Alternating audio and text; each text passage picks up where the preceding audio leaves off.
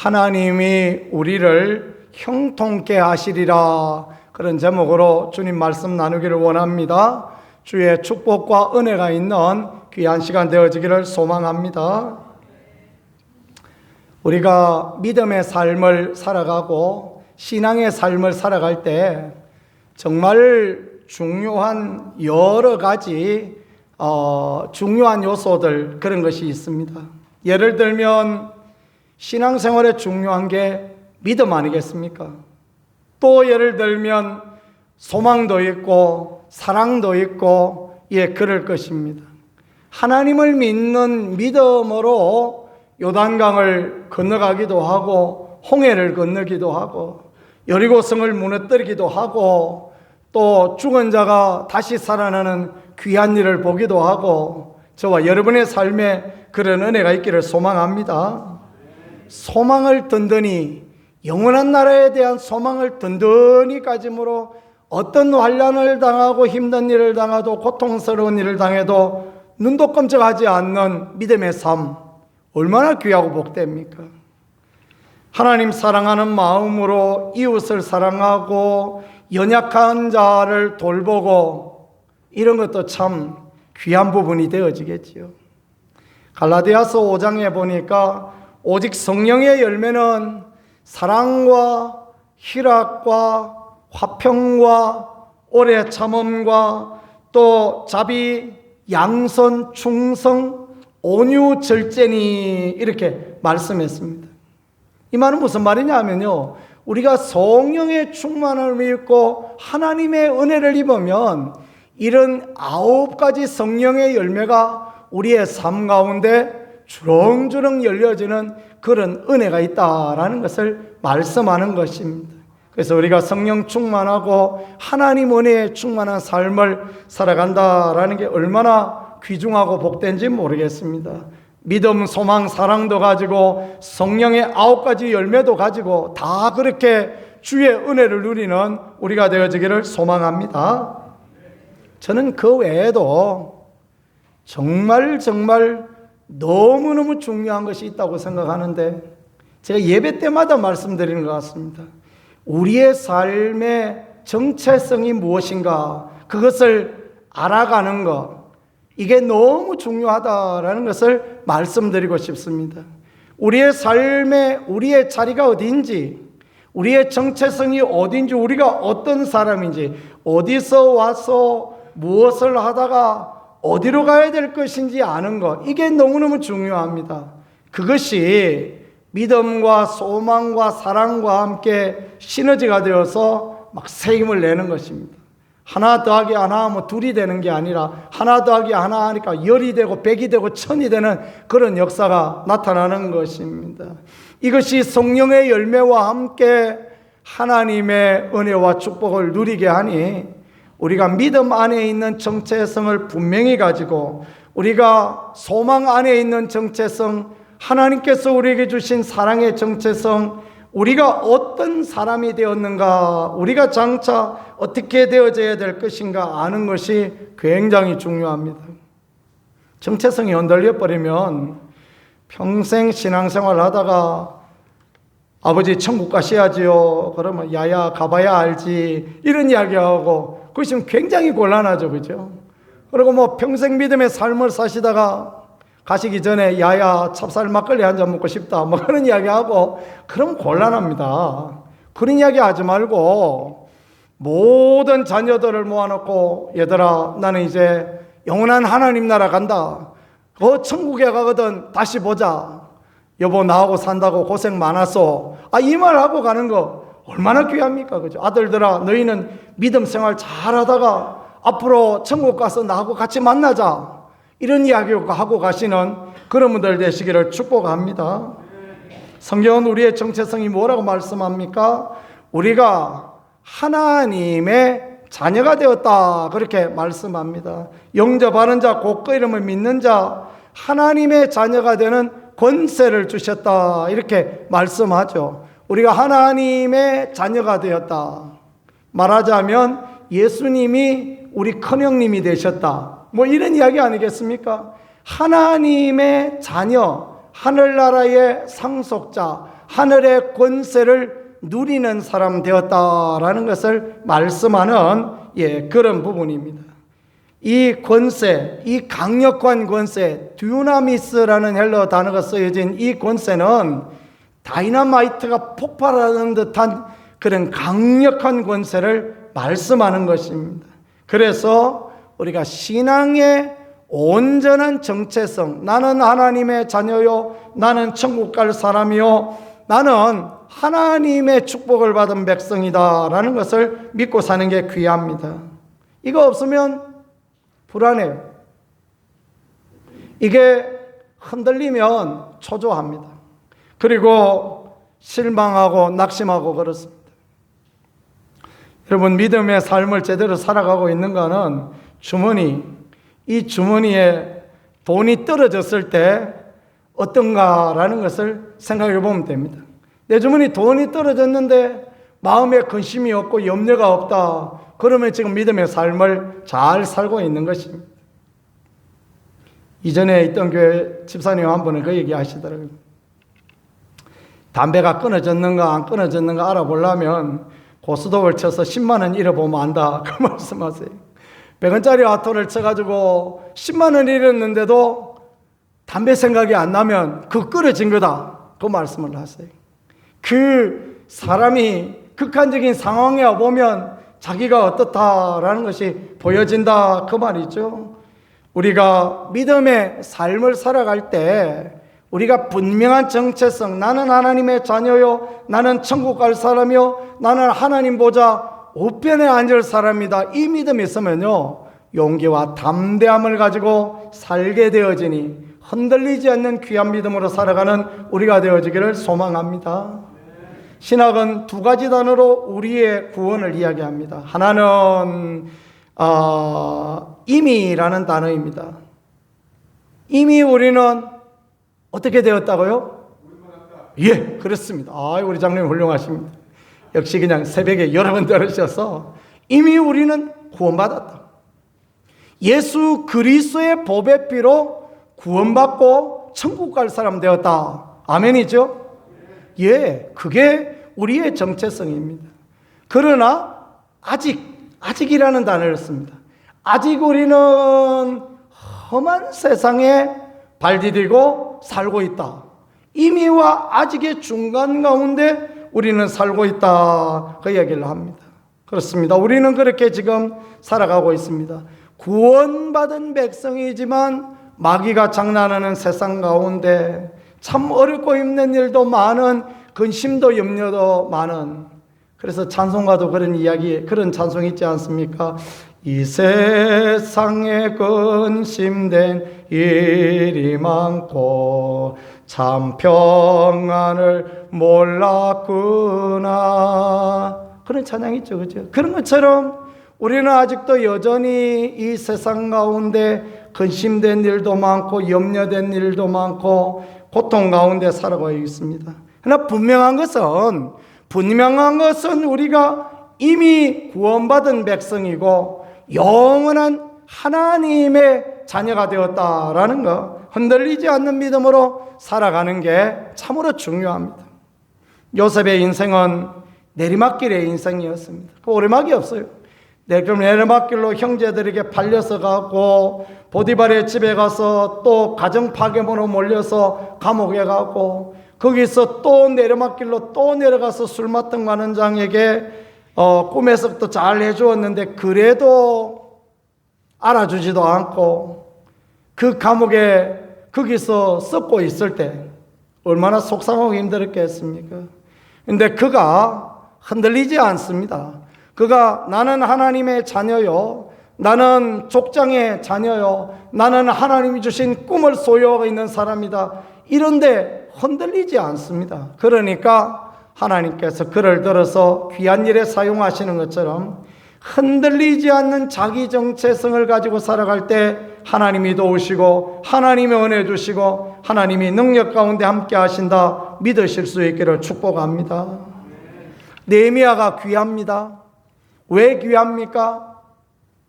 그는 바벨론 포로 140년 지난 뒤에 바벨론 땅에서, 그 낯설고 물선 땅에서 거기서 태어나고 자라난 그런 사람이었습니다.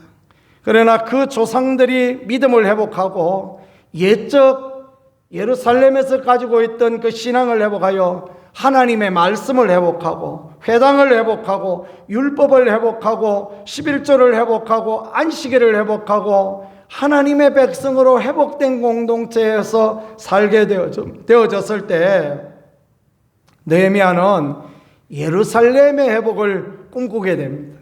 느헤미야는 하나님이 하실 위대한 사명의 일들을 생각하게 됩니다. 그러니 느헤미야는 얼마나 귀하고 아름답고 축복된 그런 삶인지 모르겠습니다.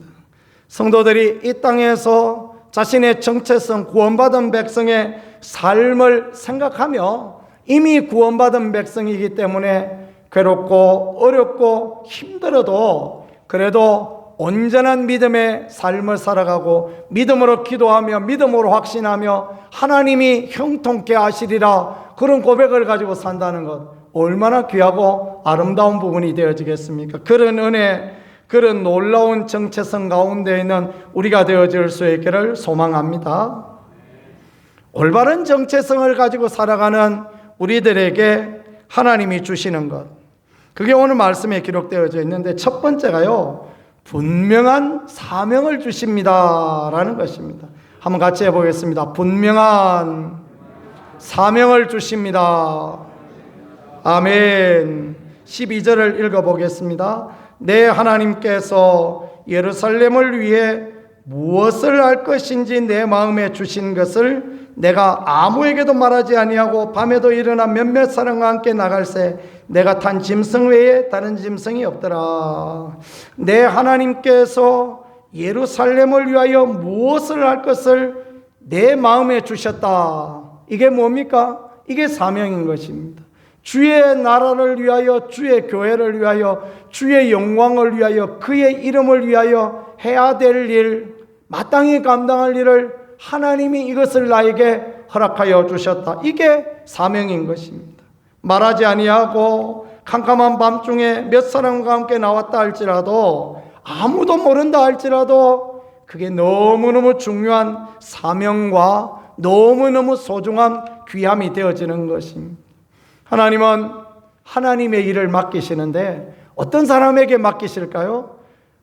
권력이 높은 사람에게 맡기실까요? 재물이 많은 사람에게 맡기실까요? 아니면 재주가 많은 사람에게 맡기실까요? 그렇지 않습니다. 하나님은 하나님의 사명을 가진 사람에게 주의 귀한 일을 맡기신다라는 것을 믿으실 수 있기를 축복합니다. 한 청년이 있었습니다.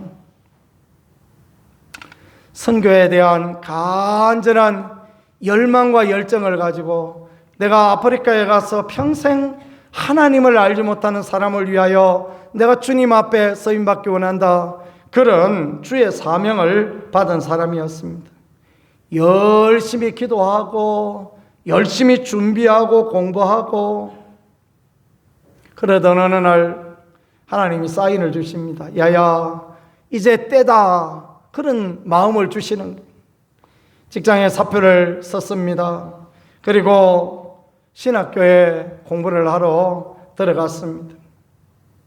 신학교에 필수 과목이 있는데 가난이 필수 과목입니다. 선택 과목이 있는데 굶는 거, 그게 선택 과목입니다. 저도 신학교 다닐 때 가난하고 굶기도 하고 그렇게 했습니다. 그런데 무엇으로 살아갑니까? 사명으로 살아가는, 하나님 주시는 사명, 하나님 주시는 내게 맡겨주신 일이 있으니 내가 할 수 있다, 그렇게 살아가는 것입니다. 그날도 다른 날과 똑같이 그 시동잘 안 걸리는 오토바이 몇 번을 밟아서 부릉부릉 겨우 시동 걸어서 언덕길 위에 있는 학교로 이렇게 올라가고 있었습니다. 저 위에서 갑자기 차 한 대가 내려오더니만은 자기를 들이받았는데, 들이받치니까 어떻게 됐냐면 붕 하고 하늘로 떠올라. 우리 집사님 한 분은 그 말씀하시되 이렇게 떠오를 때 어디 떨어질지 잘 봐야 된다 그런 말씀하시는데 그럴 정신이 어디 있겠습니까? 그죠? 그래 저 밑에 한 10m 밑에 가서 그냥 꽉 매설해서 그냥 거기 떨어졌는데 이게 웬일입니까? 다리 하나가 그냥 완전히 박살이 나버려. 뼈가 막 산산조각이 났는데 병원에 가서 수술을 하고 여러 번 치료를 받았는데도 그 한쪽 다리를 하나도 쓰지 못하는 그런 부분이 되어졌다는 것입니다. 그리고 병원에 누워 있으니까 얼마나 실망이 되고 얼마나 낙심이 되고 얼마나 그냥 좌절되어지고 그러게 했습니까? 실망의 마귀가 날마다 옆에 와서 너하고 나하고 친구하자 그러면서 그냥 속삭이고 그랬다는 것입니다. 말도 안 하고 그냥 그렇게 앉았습니다. 머리맡에 주변 사람들이 오면서 성경을 갖다 주었는데 성경도 안 읽고 그냥 우두커니 그리고 누워서 잠만 자고 실망하고 있습니다. 근데요, 그럴 때 하나님의 은혜가 임하십니다. 하나님이 그 병원 간호사 중에 한 자매의 마음에 감동을 주십니다. 야야, 네가 가서 저 형제 좀 돌봐줘라. 저 안 되겠다. 이런 마음을 하나님 주시는 거예요. 알아요. 그 사람이 어떻게 살아야 될 것을 잘 아는 것입니다. 그런데 신앙을 가졌던 이 자매가 그 형제한테 가요. 그래서 형제님 너무 낙심하지 말고 실망하지 마세요. 하나님의 뜻이 있을 거예요. 그들도 보지도 않아요. 너무너무 낙심되고 낭망되니까 그들도 보지도 않고 그렇게 있습니다. 매일매일 자매가 찾아가서 형제를 위로하고 먹을 것도 갖다 주고 위하여 기도도 해주고 그랬더니 어느덧 한 달, 두 달이 지나고 난 뒤에 형제의 마음이 서서히 열리기 시작합니다. 그러면서 이제 원망과 불평을 내놓기 시작합니다. 내가 선교 가고 싶었는데, 아프리카 가서 선교하고 싶었는데, 내가 거기 가서 하나님을 위해 평생 살고 싶었는데 이래 대해서는 내가 어떻게 가겠느냐.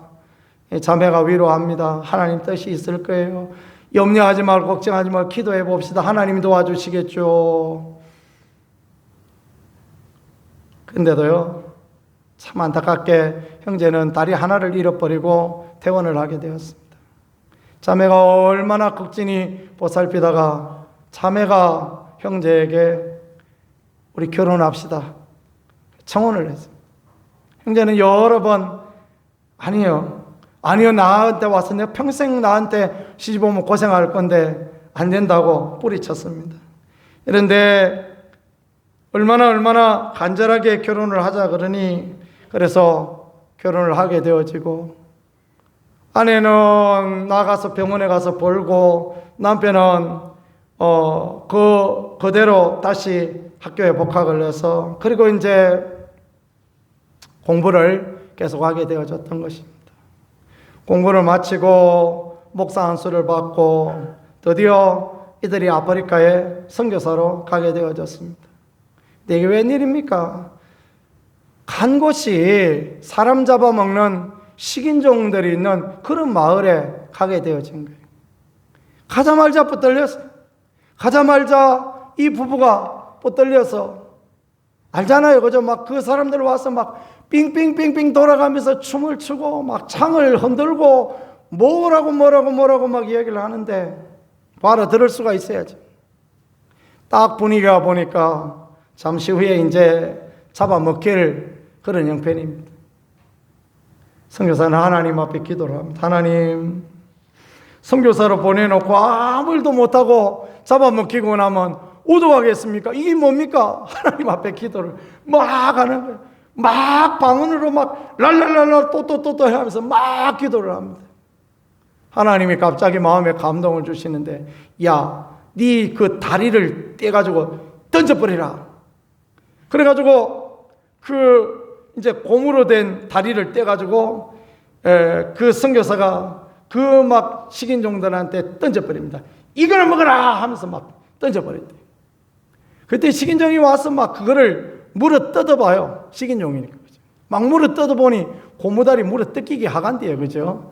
막 어떤 친구는 오더니 막 칼로 가지고 그걸 막 썰으려고 하는데 잘 썰어지지도 않습니다. 어떤 친구는 와서 막 창으로 찔러보는데 잘 찔러지지도 않아요. 그래가지고 한참을 쳐다봤더니 그 중에 깃발 여러 개 달고 그런 사람 우리는 두자로 추장이라고 그러죠. 그죠? 그 사람이 막 갑자기 엎드리더니 막 뭐라고 말을 하니까 전부 다 엎드리더래요. 그래 나중에 이야기를 들어봤더니 왜 엎드렸냐니까 신이다 이거예요. 하나님의 아들이 내려왔다고. 신이 내려왔으니까 이게 이런 일이 있죠. 어떻게 이 사람이 다리를 떼가지고 던져졌는데 피도 안 나고 어떻게 이게 뜯어먹을 수도 없는 그런 다리가 있냐. 그래가지고 이 사람들이 신이 내려왔으니 모시고 가자. 극진하게 모시고 가가지고 거기 가서 이제 이 사람을 잘 대접하고 자기들의 말도 가르쳐주고 그랬다는 것입니다.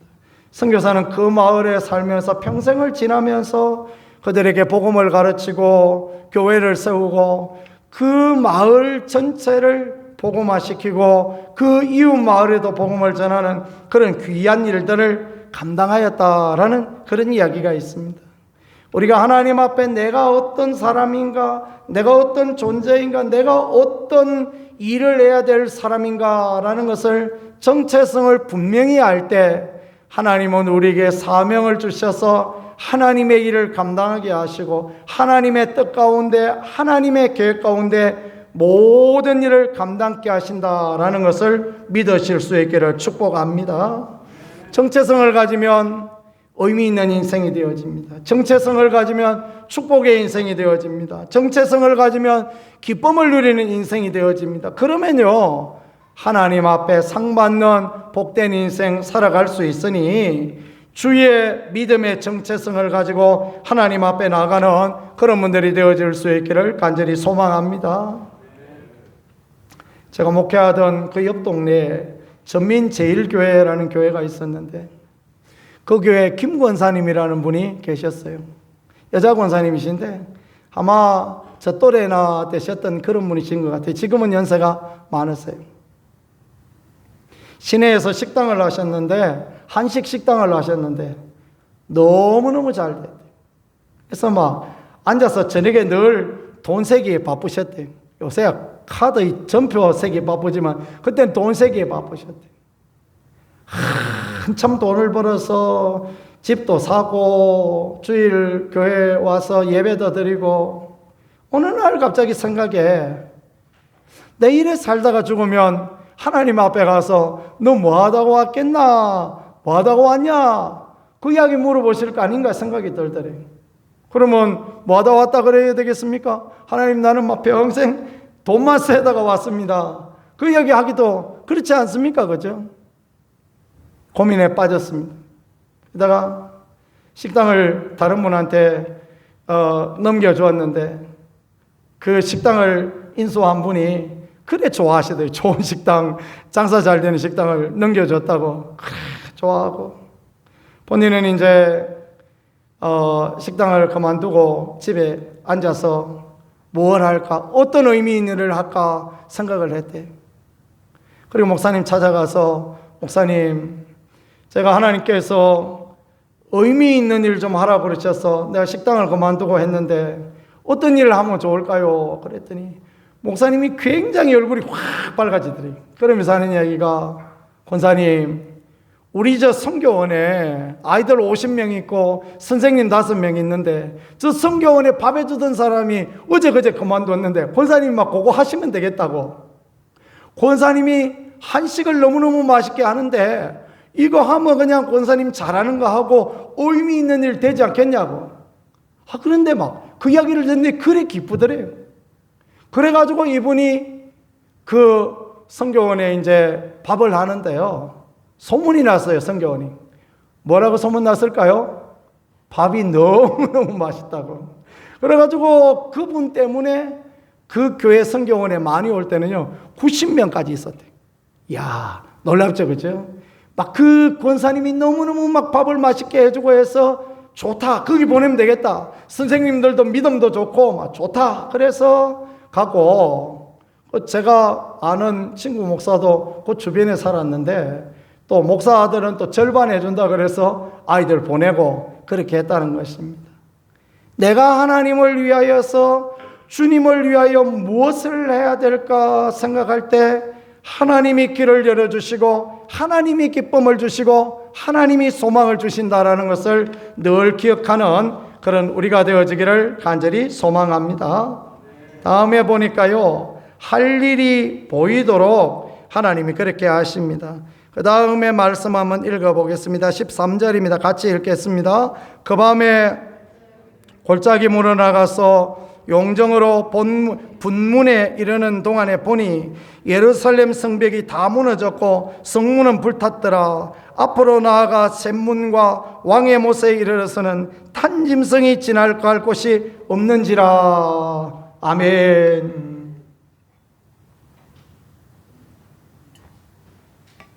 하나님이 할 일을 보여주시는, 그 예루살렘 성에 내려가 봤더니, 그 성벽에 내려가 봤더니 성벽이 전부 무너져 있습니다. 그리고 심지어는 다 무너져서, 양쪽으로 무너져서 짐승이 지나가지도 못할 만큼 그렇게 황폐화되어졌습니다. 내 정체성을 가지고 내가 어떤 자인가, 나는 어떤 사람인가, 그것을 볼 때 하나님께서 은혜를 주시는데, 그 할 일을 볼 수 있도록, 자기 할 일을 감당할 수 있도록 하나님이 그런 은혜를 주시는 거예요. 한국교회 복을 많이 받았던 사람들이 이전에 종이 있을 때 종치던 분들이었어요. 마음의 소원을 가지고 새벽에 일찍 나와서, 그 옛날에 새벽기도에는 또 얼마나 일찍 합니까? 그죠? 옛날에 시골교회는 새벽 4시 되면 새벽기도를 하지 않습니까? 3시 반에 나와서 초종을 칩니다. 그래야 이제 잠 깨서 올 거 아닙니까? 그죠? 그러고 난 뒤에 이제 4시 5분 전에 되면 이제 재종을 또 칩니다. 땡땡. 그렇게 치고 주일도 수요일도 종치고 그렇게 합니다. 근데요, 그 종을 치던 분들의 자녀들을 하나님이 다 그렇게 복을 주시고 하나님 그렇게 은혜를 부어주시고, 그 교회 종치던 분의 자녀가 잘못된 분이 있거든. 저한테 이야기했어요. 제가 그분 밥 좀 한 그릇 사드릴 테니까. 그런 경우가 없을 만큼 하나님이 그렇게 복을 주시고 은혜를 주시는 거예요. 종치는 사람은 어떤 사람들이었겠습니까? 내가 교회에 봉사할 것은 내가 없고 하니 내가 일찍 일어나서 저 종이라도 쳐야 되겠다.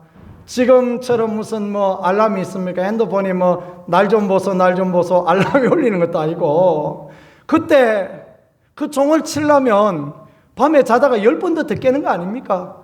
또 조금 자다가 또 깨고 또 자다가 깨고, 그래 나가서 새벽에 머리 감고 나가서 그냥 종을 땡땡 치는데 하나님께서 대신 종 쳐주십니다.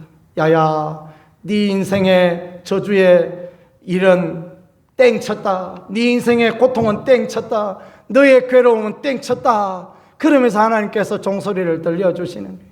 그 자녀들이 하나님 앞에 복을 받고 그 자녀들이 하나님의 은혜를 누리고 그런 역사가 있었다. 목사도 마찬가지입니다.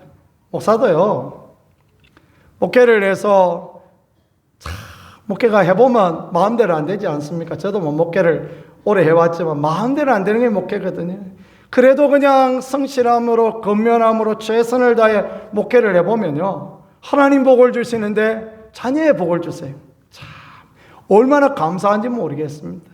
그러니까 제가 있던 지방에도 보면 일부 좀 이렇게 교회가 잘 부흥하고 이런 교회들도 있었는데, 또 그렇지 못한 교회들이 있는데, 어디 아이들이 보면 잘 되느냐 보면요, 가난한 집 아이들이 그 목회가 어려웠던 그런데도 최선을 다하여 기도하고 금식하고 복음 전하고 그런 집 아이들이 그렇게 잘 되는 것을 보여주는 게 그게 하나님의 역사 아니고 뭐겠습니까? 그죠? 우리 경포 지방에도 최땡땡 목사님이라고 계시는데 꽤 큰 교회에서 목회를 하셨대요. 근데 교우들이 이제 말씀을 따라오지 않고 인간적인 방법을 자꾸 쓰고 그러니까 목사님이 여러 차례 경고를 했대요. 이런 식으로 하면 나 그만둔다고. 나 자꾸 이런 식으로 여러분들이 말씀 따라 안 오고 이런 식으로 하면 그만둔다고. 그래도 그랬대요. 그래가지고 사퇴하고 내가 다시 교회를 개척하리라. 그러면서 이제 말씀의 진리대로 가르치는 새로운 교회를 개척했습니다. 너무너무 어려운 거죠. 너무너무 힘든 거죠.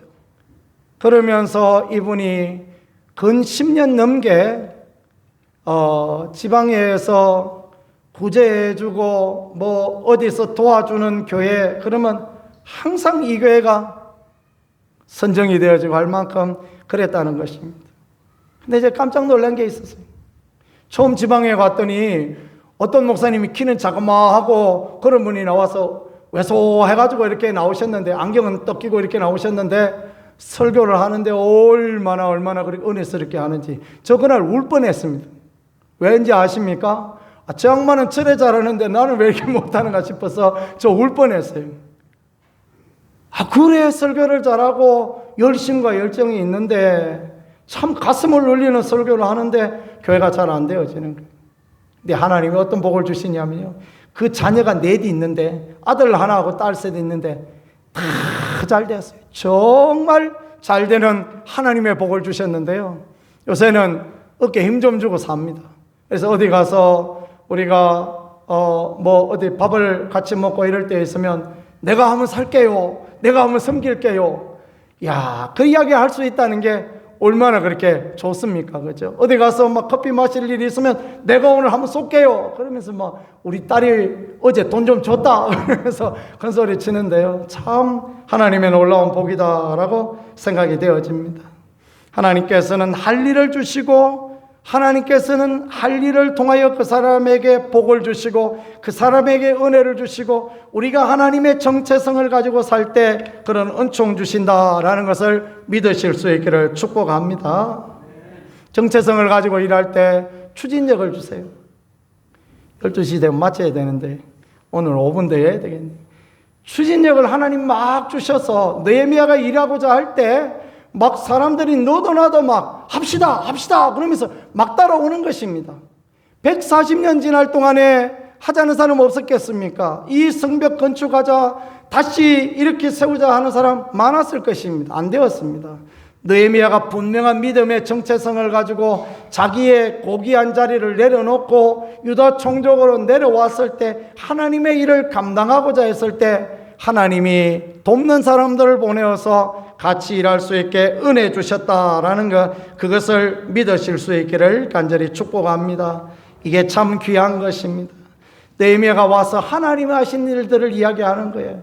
그 왕이 어떻게 하였느냐, 내가 가만히 있었는데 왕이 네 얼굴에 이렇게 수심이 있느냐 물어보고, 내가 가겠다 그러니까 이 사람은 어딜 가 이렇게 이야기 안 하고 언제 올래 물어보고, 올 때는 뭐도 합니까? 군사도 보내어주고 또 넉넉한 재물도 주고 지나갈 수 있게 조서도 주고 유다 총독도 되게 해주시고 그런 귀한 일을 베풀어 주셨지 않습니까? 느헤미야 그 얘기하는 거예요. 하나님이 나한테 그렇게 하셨다. 내가 이 성벽을 건축할 책임자다. 여러분이 나 도와주시면 우리 할 수 있다. 그러니까 막 용기 백배해서 성벽을 건축하고 이런 일들이 있게 되어진 거 아닙니까? 여러분들이 믿음의 정체성을 가지고 신앙의 정체성을 가지고 나아가서 내가 예수 믿어보니까 이렇게 좋고 하나님이 이렇게 놀랍게 역사하시고 하나님 은혜 베풀어 주셨다. 그러면 전도가 되어지고, 그러면 하나님의 이름이 드러나고 하나님 영광이 드러나는 것을 믿으실 수 있기를 축복합니다. 목사님이요, 나는 30년 예수 믿었는데 하나님 은혜 한 번도 경험하지 못했습니다. 괜찮아요. 오늘부터 경험하면 되죠. 뭐가 문제겠습니까? 그렇죠? 50년이면 어떻고 100년이면 어떻습니까? 아무 문제 없습니다, 여러분. 그냥 오늘부터 하나님, 나는 세상에 30년 예수 믿었는데, 저는 40년 예수 믿었는데 40년 예수 믿었는데 나는 아직까지도 그 모양 그 꼴입니다. 그렇게 하나님 앞에 기도하면 됩니다. 하나님의 살아계심을 보게 해주세요. 하나님의 능력을 보게 해주세요. 이번에 하나님 나 기적 좀 한번 볼랍니다. 이런 기도를 하고 오면요, 하나님이 나는 모르겠다. 그 말씀 안 하세요. 하나님 반드시 그런 사람과 함께 하시고, 그런 사람 은혜 주시고, 그런 사람 치유하시고, 그런 사람 회복하시고, 그런 은혜 베풀어 주실 줄 믿으실 수 있기를 축복합니다. 동네 사람 잔뜩 데리고 왔는데 동네 사람만 다 낳고 나는 못 낳으면 그건 뭡니까? 그죠? 그럴 때는 하나님 항의를 해야 돼. 항의. 하나님 동네 사람 다 낳고 나는 못 낳고 이게 뭡니까? 그렇게 항의를 하면요, 다음 날이라도 하나님 낫게 하십니다. 저는 그런 것들을 많이 봤습니다. 그냥 얼멍하게 그냥 가만히 있으면 안 됩니다. 믿음이라는 것은 우리가 하나님의 자녀니까, 우리가 하나님의 백성이니까, 우리가 하나님의 자녀로서의 마땅함을 드러내놓고 나가는 것, 그게 중요하고 귀한 것입니다. 반대자들이 있어요. 여러 반대자들이 있어요. 그러나 그것이 문제될 것이 없습니다. 믿음의 고백을 합니다. 하나님이 형통하게 하시리라. 같이 한번 해보겠습니다. 하나님이 형통하게 하시리라. 아멘. 그대로 되어지는 거 아닙니까? 그러니까 52일 만에 예루살렘 성벽이 건축되고 하나님의 백성은 평안해지고 그런 은혜를 누리게 되어지는 것 아닙니까? 여러분, 우리에게 믿음의 고백이 필요해요. 하나님이 형통하게 하시리라. 그런 믿음의 고백으로 주님 앞에 늘 나가고 그럴 수 있기를 소망합니다. 1분 마무리. 우리는 하나님 앞에 우리의 정체성을 분명히 가지고 있어야 돼요. 내가 누군가? 그럴 때 하나님께서 사명도 주시고 해야 될 일도 보여주시고 추진력도 우리에게 허락하여 주시고, 반대자가 있지만 그러나 나는 하나님이 형통케 하시는 사람이다. 믿음의 고백함으로 하나님이 일하시고 하나님이 역사하는 걸 보는 그 자리에 나갈 수 있게 하나님 축복하시는 것입니다. 그런 은혜와 축복을 마음껏 누리는 귀한 분들 다 되어질 수 있기를 예수님 이름으로 간절히 축복합니다. 기도하겠습니다. 하나님 아버지, 감사합니다. 주님이 도우시고 인도하여 주셔서 우리의 정체성, 올바른 믿음 가지고 하나님의 영광을 추구할 수 있게 도와주시고 하나님의 살아계신과 도우심을 보는 우리가 되어질 수 있게 인도하여 주시며 주의 영광을 위하여 귀하게 쓰임받을 수 있게 이끌어 주시옵소서. 예수님 귀하신 이름으로 기도드렸습니다. 아멘.